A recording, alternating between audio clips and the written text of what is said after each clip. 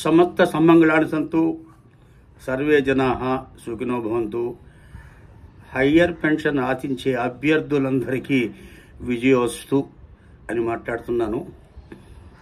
శన్నో అస్తు ద్విపదే శంచతుష్పదే అంటే 2 కాళ్ల వాళ్ళు బాగుండాలి, 4 కాళ్ల వాళ్ళు బాగుండాలి అన్నది వేదార్థమూలం.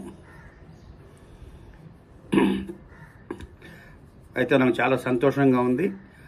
నిన్న నేను ఇచ్చిన మెసేజీ దాదాపుగా ఈ రోజు నాటికి ఒక 5,400 మంది చూశారు. నేను అందరినీ కోరేది ఏమిటయా అని చెప్పానంటే, ఇంకొక 1 నెల రోజుల పాటు 2 నెలల పాటు నేను ఈ విధంగా డిఫరెంట్ సబ్జెక్ట్ మీద విశ్లేషణ చేయవలసి వస్తుంది. ఇదంతా కూడాను ఈ సదరు కామన్ సభ్యులలో కొంచెం నాలెడ్జ్ పెంపొందించడానికి మాత్రమేనని మీరు గమనించాల్సిందిగా నేను ప్రార్థిస్తున్నాను. నేను ఈ వీడియోల ద్వారా ఎవరిని కించపరచదలుచుకోలేదు. తర్వాత పోతే ఎవరి యందు నాకు ద్వేషం లేదు.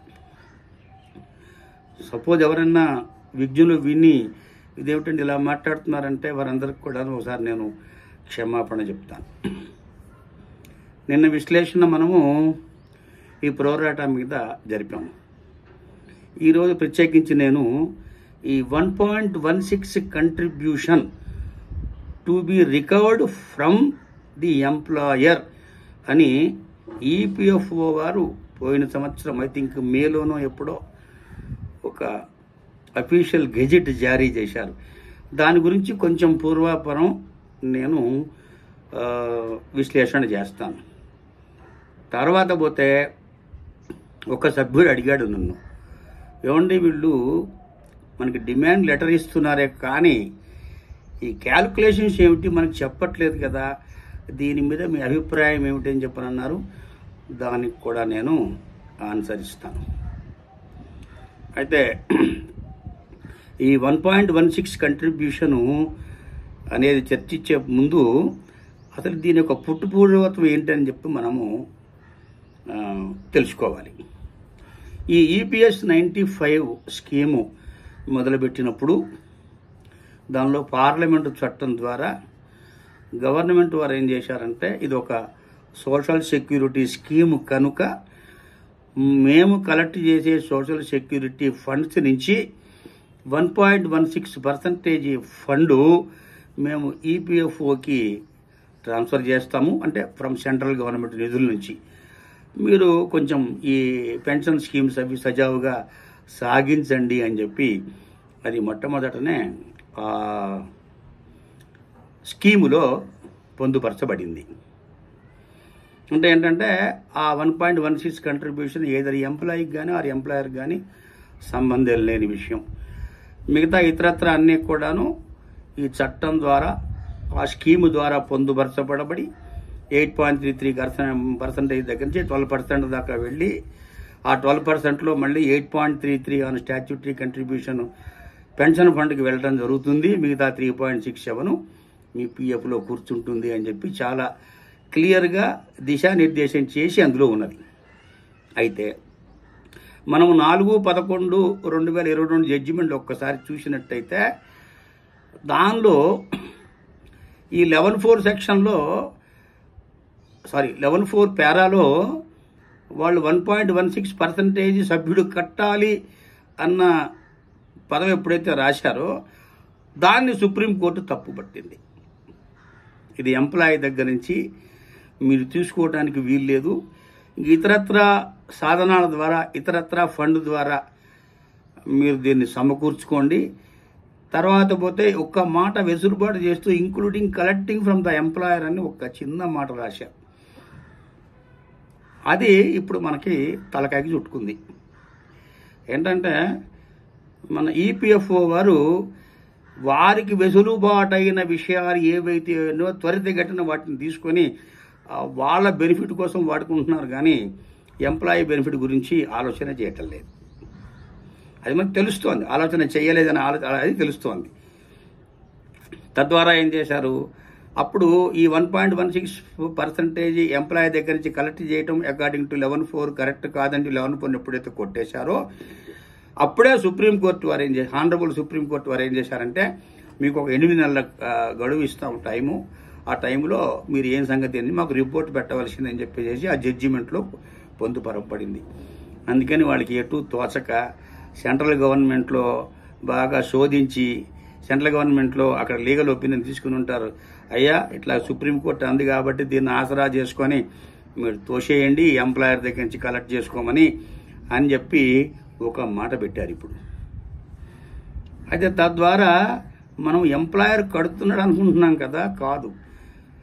మనకు వచ్చే 3.67 షేర్ ఆఫ్ ది పిఎఫ్ ఏదైతే ఉందో దానిలోంచే 1.67 కట్ చేసి తీసుకుపోయి వాళ్ళ పెన్షన్ ఫండ్కి మనం ఎప్పుడైతే హైయర్ వేజెస్కి ఆప్ట్ చేస్తామో అది కడతారన్నమాట. చివరికి ఏంటంటే అది ఇండైరెక్ట్గా ఎంప్లాయీ సభ్యుడే కడుతున్నట్టుగా అయిపోయింది. అంటే ఏంటంటే పిట్టబోరు పిల్లి తీర్చిందని ఇటు గవర్నమెంట్ సుముఖత వ్యక్తం చేసి కొన్ని కోట్ల రూపాయలు కట్టాలి 1.16%. తేలిగ్గా ఈ జడ్జిమెంట్ని ఆధారం చేసుకున్న గవర్నమెంట్ తక్కువ ఒడ్డున పడిపోయింది. అట్లాగే తేలిగ్గా డిపార్ట్మెంట్ వారు ఆల్రెడీ 11.4లో ఎంప్లాయీ కట్టాలి అన్న మాట ఏదైతే రాసి ఉన్నాడో వాడు ఇక్కడ విన్ అయిపోయినాడు, ఇండైరెక్ట్గా విన్ అయిపోయినాడు. అంటే వాళ్ళు సభ్యుణ్ణి స్క్వీజ్ చేసే విధానాలు ఏవైతే ఉన్నాయో వాళ్ళు ఏంటంటే ఎడం చేతి పక్క నుంచి పోతే వాళ్ళకి కుడి చేతి పక్క నుంచి సౌలభ్యం వారికి కలగగానే ఇమీడియట్గా వాళ్ళు అఫీషియల్ గెజిట్ చేసి 1.16% మన 3.67లోంచి ఖచ్చితంగా తీసేసుకుంటారు. ఎందువల్ల చెప్పానంటే ఎంప్లాయర్ దగ్గర నుంచి కలెక్ట్ చేయమని అన్నాడు కదా, ఇప్పుడు 12% మీరు వేస్తే 12% ఎంప్లాయర్ వేస్తున్నాడు కాబట్టి 12% ఎంప్లాయర్దే కనుక నేను జెన్యూన్గా ఎంప్లాయర్ దగ్గర నుంచే తీసుకుంటున్నా అన్నది రికార్డు ప్రకారం ఉంటుంది. కానీ వాస్తవంగా జరిగే ప్రాక్టీస్లో 3.67%లో బొక్కబడుతుందని అది ఎవరు గమనించట్లా. అయితే గమనించిన వ్యక్తులు ఉండి ఉంటారు. కానీ నేను మళ్ళీ రీట్రేట్ చేసి సాధారణమైన సభ్యుడికి కూడాను అర్థమయ్యే విధానంలో దీన్ని ఒకసారి మళ్ళీ రీట్రేట్ చేస్తున్నా. తర్వాత పోతే మనమంతా హడావుడిలో జాయింట్ అప్లికేషన్ రాస్తున్నప్పుడు చాలా డిక్లరేషన్స్ ఒప్పుకున్నాం. మేము ఏం చేసినా సరే మాకు అభ్యంతరం ఉండదు అన్న పాయింట్ కూడా మనము డిక్లరేషన్ ఇచ్చి ఉన్నాం. అందులో కావాలంటే ఎవరన్నా కాపీ ఉండే డిక్లరేషన్ చూడండి. అటువంటి డిక్లరేషన్స్ యాక్చువల్గా వాస్తవంగా లీగల్ బ్యాటిల్ కనుక వెళ్ళి ఆ డిక్లరేషన్ సరేనా అని కనుక దాన్ని ఛాలెంజ్ చేసినట్టయితే 100% దానిలో కూడాను 4-5 తప్పులు బయటకు వస్తాయి. ఎవరైనా కానీ అంటే ఇండివిజువల్ కానీ ఒక సంస్థ కానీ ఒక లీగల్ ఎంటిటీ కానీ ఎవరైనా కానీ కాక ఏదైనా ఒప్పందం బహిర్గతంగా చేసుకున్నప్పుడు అది ఇరుపక్షాలకి సుముఖత ఉండేటట్టుగా ఉండాలి. కానీ ఏకపక్ష నిర్ణయంగా ఎవరు ఎవరి దగ్గర సంతకం పెట్టుకోవడానికి వీల్లేదు. అది కనుక జరిగిందని చెప్పారంటే that is called null and void according to the Latin maxim or legal maxim. Null and void అంటే it does not exist before its birth అనే అర్థం అనమాట. ఎవరైనా విజ్ఞులైన వారు ఉంటే మీరు వెళ్ళి మరోసారి ఏంటో సుబ్రహ్మణ్యం గారు ఇది నల్ అండ్ వైడ్ అన్నాడండి ఏంటో దీనికి ఒకసారి ఉపయోగం చెప్పండి అని ఎవరన్నా పెద్ద సీనియర్ అడ్వకేట్ని ఒకసారి అడగండి. ఆయన దాని నల్ అండ్ వైడ్కి ఎగ్జాంపుల్తో సహా రకరకాలు చెప్తాడు మీకు. ఇంకోటి చెప్తున్నాను, ఇందులో నేను చెప్తున్న విషయాల్లో ఏవైనా నిజంగా తప్పులుండి కాదండి మీరు అనుకున్నది వాదన కరెక్ట్ కాదు ఇది ఈ విధంగా ఉండాలి అని చెప్పంటే నాకు మీరు ఫోన్ చేసి అయినా చెప్పగలరు, లేదా ఈ యొక్క వీడియోలో మీ యొక్క మెసేజ్ అనే పెట్టగలరు. ఖచ్చితంగా నేను సమాధానం చెప్పడానికి రెడీగా ఉన్నాను. ఇప్పుడు ఇంకా విపులంగా ఇంకా డీప్గా వెళ్ళి మనం కనుక వీరు చేసే ప్రహసనాలన్నీ కూడాను చూసినట్లయితే వీరు చేసే చాలా పనులు లీగల్గా లోకల్ స్టాండ్ లేకుండా ఉండి ఉన్నాయి. ఎందుకంటే వారికి సెంట్రల్ గవర్నమెంట్ నుంచి సపోర్టు లేకపోవచ్చు, లేదా సెంట్రల్ గవర్నమెంట్లో ఉన్న హైయెస్ట్ అధికారులు వీళ్ళ మీద ఒత్తిడి తీసుకొస్తుండొచ్చు, పొలిటికల్ ప్రెషర్స్ ఉండొచ్చు, ఇంకా రకరకాలైన దాంట్లో ఉండిచి వాళ్ళు కొంతమంది ఏం చేస్తారంటే ఎవరైనా సీనియర్ ఆఫీసర్ దగ్గరికి వెళ్తే ఆయన రిటైర్ అయ్యే సమయం దగ్గరికి వచ్చిందనుకోండి, మేబీ ఈ రోజున ఏదైనా సీరియస్ సమస్యకి వెళ్ళి పెద్ద ఆఫీసర్ దగ్గరికి వెళ్తే ఆయన మార్చి 24 రిటైర్ అవుతున్నాను అనుకోండి, ఆయన ఏం మాట్లాడు దీని గురించి, ఏం మాట్లాడు, మీకు మంచిగా సమాధానం చెప్పి కూర్చోబెట్టి కాఫీ టీలు ఇవి మర్యాదపూర్వకంగా చేసి అఫీషియల్గా కూడా ఏం లెటర్ క్లారిఫికేషన్ ఇవ్వడు, నవ్వుతూ సరదాగా చేస్తూ అదండి ఇదండి కాలయాపన చేసి మీకెంతమంది పిల్లలు మాకెంతమంది పిల్లలు ఇవన్నీ మాట్లాడుతూ అవి చేసి జాగ్రత్తగా పంపిస్తాడే కానీ మీరు నిజంగా వెళ్ళిన సమస్యని ఆయన సాల్వ్ చేయడానికి ముందుకు రాడు. ఎందువల్ల రాడు అంటే ఆయన రిటైర్మెంట్ చాలా దగ్గరలో ఉంది. అది ఏమైనా ఆయన డెసిషన్ ఇస్తే ఆ డెసిషన్ని గవర్నమెంట్ తోసిపుచ్చడానికి ఆస్కారం ఉంది. ఎందుకంటే it is a biased decision. Though this particular officer does know that is no more will exist in the office on so and so date, he has given erroneous order which may not be correct అని రేపు పొద్దున government మళ్ళా ఆ ఆర్డర్ని వెనక్కి తీసుకోవటం, సదర్ ఆఫీసర్ని సతాయించడం జరుగుతుంది. కాబట్టి జనరల్గా 60 ఏళ్ళు వచ్చిన తర్వాత ఏ వ్యక్తి తన యొక్క లైఫ్ని ట్రబుల్ పెట్టుకుంటాడు చెప్పండి, పెట్టుకోడు కదా. అందువల్ల అటువంటి ఆఫీసర్ని నేను తప్పు పట్టాను, దాన్ని పక్కన పెట్టేసేయండి. కాబట్టి ఈ 2 విషయాలు గమనించండి. తర్వాత నాకు తెలిసి ఎక్కడో ఒక చోట ఈ యొక్క డిక్లరేషన్ కూడా సరిగ్గా లేదు, జాయింట్ అప్లికేషన్ పెట్టినప్పుడు దీనిలో కూడా చాలా ఫ్లా ఉంది అని ఎక్కడో ఒక దగ్గర కోర్టులో వేసినట్టుగా నాకు కర్ణాకర్ణిగా వచ్చింది. కానీ దాని యొక్క డీటెయిల్ నాకు తెలియదు. 100% దాని యొక్క డీటెయిల్ కనుక నాకు వచ్చినట్టయితే మళ్ళీ ఏ పాయింట్ మీద వాళ్ళు నిజంగా కోర్టులో వేశారన్నది కూడా మళ్ళీ మీకు నేను చెప్పి సహాయపడగలవాలను.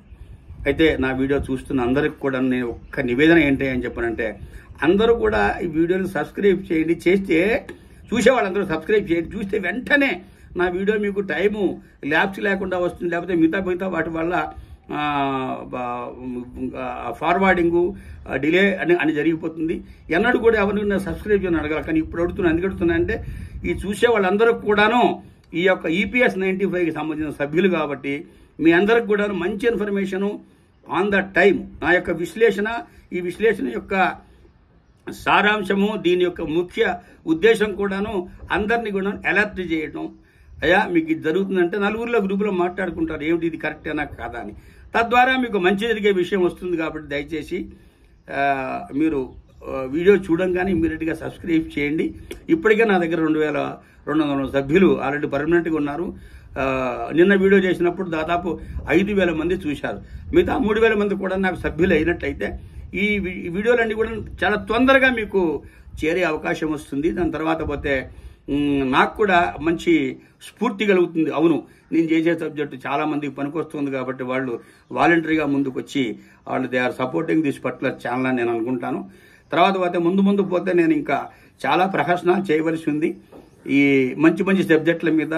తర్వాత పోతే which are very much important for the public and public ఇంట్రెస్ట్లో కూడా. అర్థమైందా? అందుకని ఈ 2 విశ్లేషణ నాకు ఇవాళ చేయాలనిపించింది, అందుకని చేశాను. అందరికీ విజయం వస్తూ మరోసారి చెప్తున్నాను, ఈ హయ్యర్ పెన్షన్ ఆప్ట్ చేసి హయ్యర్ పెన్షన్ ఎవరైతే 19/2014 తర్వాత పొందబోతారో వాళ్ళందరూ కూడాను last drawn average 5 years average ఎంత అయితే ఉంటుందో అంత పెన్షనబుల్ శాలరీ తీసుకుని వారి సర్వీస్ బిఫోర్ 14 ఆఫ్టర్ 14 పరిగణలో తీసుకుని ఒకటే ఫార్ములా మీద 100% తీసుకుంటారని నా యొక్క గట్టి నమ్మకం, ఆశిస్తున్నాను.